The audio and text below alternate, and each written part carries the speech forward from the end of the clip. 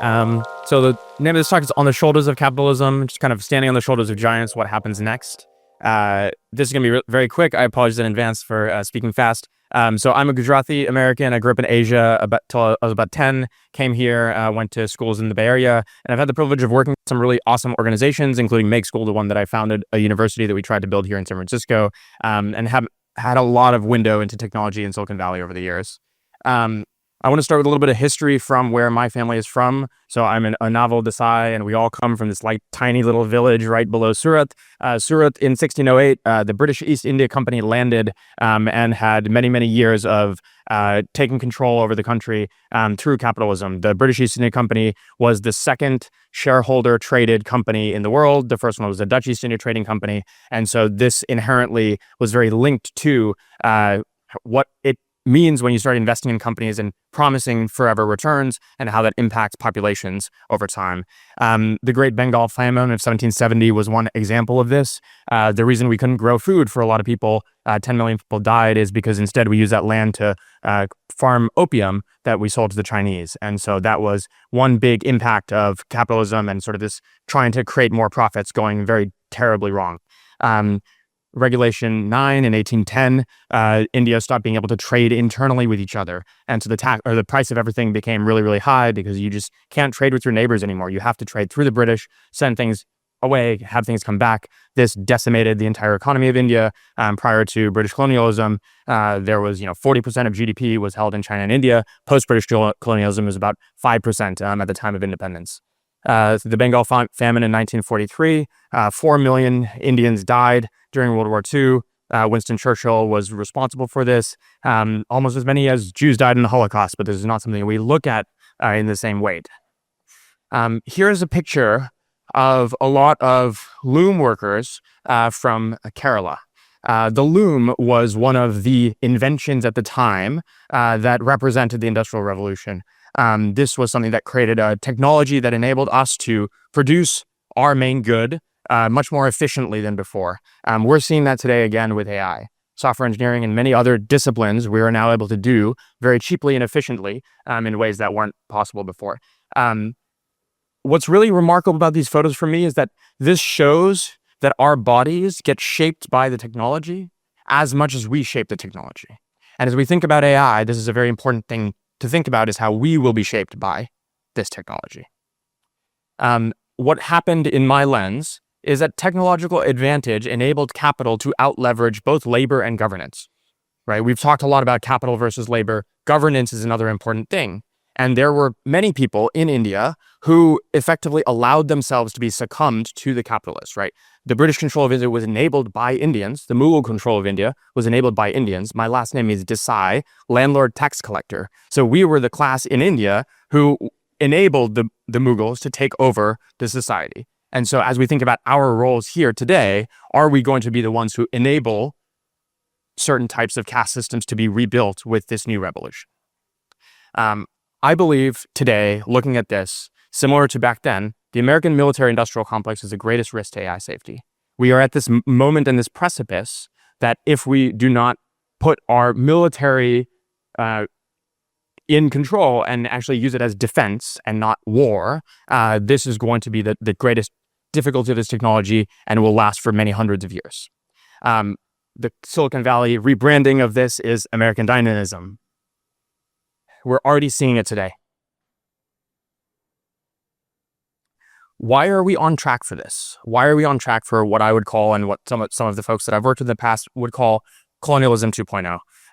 I think we are all rational actors with kind hearts. I grew up here. I grew up with a lot of people who are now in positions of power that I think are making grave mistakes. But I don't think it's because they're acting irrationally or they're stupid or anything like that. I think we're in a prisoner's dilemma, and in these systems, it's very difficult to find the greater outcome for all of us.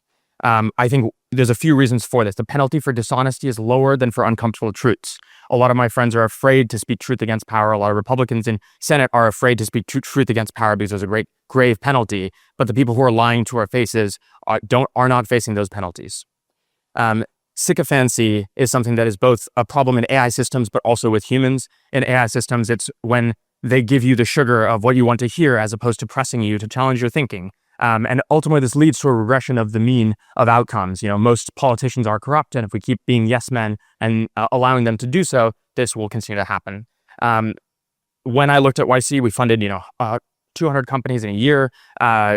A lot of it's experiments. There's less of this founder brilliant idea. It's more of like, let's run a lot of different experiments in a lot of different directions and see what works. And as a result, I kind of think that this sort of profit maximizing capitalism without, regard for society, without really care about the impact on the customers, but really just as IRR generation, effectively this becomes a loss function, just like in machine learning algorithms, for the recycle rate of revenue, which is how quickly can you take in revenue and then reinvest in the business for profits and continue to have that cycle. Some data that I did after YC is I studied the profits and market caps of Fortune 500s from 1950 to today, and I looked at how the industries have changed over time, what the founder stories were, and the big thing that I noticed is really what you're starting to see is that the lowest marginal cost businesses are the ones that end up effectively oligopolizing most of the profits in the Fortune 500s. Finance and banking, obviously, very, very low marginal cost. Compute and silicon is kind of the next. Pharma is another one that has very low marginal cost, but really this profits sort of centralization into finance and banking, largely run by about 8 banks. This sort of trend, I think, is actually more of like this is the natural course of order that if you have low marginal costs and high recycle rates of revenue, this will kind of naturally happen. So effectively, a lot of the US, as we've seen, has started to oligopolize profits of the entire economy to a small thing. The other big effect here is you have, a perfectly competitive market. Each player has an equal shot, whether you're small or you're big. The big stack bully effect. Imagine 5 people at a poker table. One person starts out with 10x the number of chips. You can push someone all in 4 times over the course of a game. He's a better player. He wins 3 out of 4 times, but still, you do this 8 times. You're going to knock almost every other player out of the game. It's very, very difficult to compete when you're competing with, this war chest in your competitor. We have a rapid acceleration towards a K-shaped economy here in the U.S. This is something that exists in India. There's a class of people where everything is done like life is good. If I went to move there, everyone would take care of me all the time. I don't think that's a good thing, but this is pretty much what's been happening. Real wages have not been rising. We have this stark sort of separation between GDP growth in the U.S. and actual people's lives being better. The big things, the cost of almost everything, CPIs come down except for education, which is where I used to work, housing and healthcare. Those have skyrocketed up. So as real wages for the bottom 60% of Americans have stayed flat, those 3 have shot up to a point where it's really unsustainable and we're moving towards sort of a more feudal system. One thing that I observed at YC as well is social signaling drives funder behavior a lot more than ethics and first principle. There is so much groupthink. The number of times that VCs actually look at a company's operating model or even challenge a founder on their sense of unit economics is very, very low. And this stuff happens within 3 days for the best deals. You don't have time to diligence those deals, and the 3-day funding rounds happen through social signaling more than anything else. When people give up hope on a just world, which I think is starting to happen when I talk to people who are starting to fund defense companies and so on and so forth, they effectively are a little pessimistic on the fact that we can save America. They kind of look at this as we have a declining empire and this is going to decline, so I might as well take what I can for me and my family. When people give up hope, greed prevails, and I think that is what we are seeing in Silicon Valley today. I want to pause for a second and take a quote from MLK at the Berlin Jazz Festival in 1964. Jazz speaks for life. The blues tell the story of life's difficulties. They take the hardest realities of life and put them into music, only to come out with some new hope. So what are my hopes for post-capitalism? I want to build towards a Star Trek future, not a snow crash future. Snow crash famously is this, everything is commoditized and commercialized and you can't really go anywhere without being a member or paid member of some club. A Star Trek future is one that I think preserves more agency and autonomy and sovereignty of many different people living many different styles of lives. We have many different examples in sci-fi that we can draw from. What we choose to build will get us there. Avoid doublespeak, speak truth to power. This is probably the most important thing that each of you can do today, tomorrow, for the next few weeks to help with this. We can explore third way ideas. I helped pioneer income share agreements and did the first financing deal for income share agreements. They're now a regulatory approved instrument in the state of Illinois, 10 years after or 15 years after we started working on that. PBC, public benefit corporations, it's kind of this middle ground between a nonprofit and a for-profit. There's weird ideas that maybe don't make sense, but like in the 60s in India, there's progressive utilization theory from a class of thinkers who just really didn't like both capitalism and socialism. Look at approaches like Aadhaar instead of WorldCoin. Aadhaar is a very sovereign, open infrastructure that lets governments build their own infrastructure for payment rails, and it's been basically the thing that has sort of digitized the entire economy. You can use more digital payments in India than you can in the US for anything like a banana. You can even like scan a QR code for people begging sometimes. Like it's really a wonderful system that's happened. Long-term funds, CapEx and OpEx debt funds, like we try to do the ISAs. A lot of climate initiatives are really stuck right now because there is no sort of CapEx fund, and all the things like Frontier Carbon are basically only paying on carbon sequestration delivery. Venture is not a good vehicle for CapEx. Competition is for winners, not for losers. Competition is for winners. We become better with competition. That's how we make better cars. That's how, if we open up to more competition, we would have more companies like BYD, and our car companies would have to compete with companies like BYD who are making, frankly, better cars than Tesla. This is a very important one. We have to imagine BRICS as an ally and not an adversary. I grew up in China and India. There are good people. The bulk of the people are good people. We may disagree with how they govern things, but for AI to be win-win-win, we can't just be fighting each other. We have to look at this as there are humans in our world that we are trying to help come out of poverty and succeed.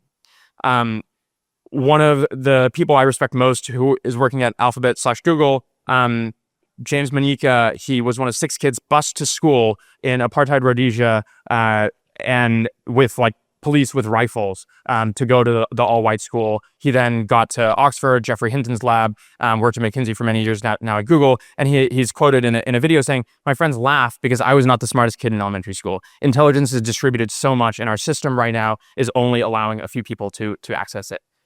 Keep San Francisco weird. We had the Internet Archive here earlier, monkey brains, exploratoriums. Like, these are the types of things that make San Francisco, not just making money off of Silicon Valley. And why I think this is important is like monkey brains is a great example of you can build a really great product and not try to conquer the world. And you can do it well, and you will outcompete the people who are trying to do it. There's so many basic internet services. We still don't have a good dating app that works for people. We still don't have a good blog. Every 3 years, there's a new blog. There's not a blog platform. We could have had this since the 90s. So like build something great and just like have it last for a while. And the last thing I'll say is leverage AI to explore the vast expanse of latent space. So the way these algorithms work is effectively it's doing next token prediction and predicting the most likely next token. And so if we do that, we sometimes get what's called a regression to the mean, where we just kind of pull everything to what's the most likely outcome. The 4-chord song is kind of what your if you just looked at what the most likely next chord is. And this is an example of a demo one of my team members built, where they took all of latent space of music from one of these models and they put it into 3 dimensions, and you're flying a spaceship through that latent space. And so instead of you being limited to what the model tells you, you can drive anywhere you want in latent space and create absolutely new things that are really, really cool. And so that's what I would say is like, as you think about AI, don't get the average thing, don't get the first answer. How does this let you explore the world and build branches of new things far outside of the mean? Yeah. That's it. Thank you.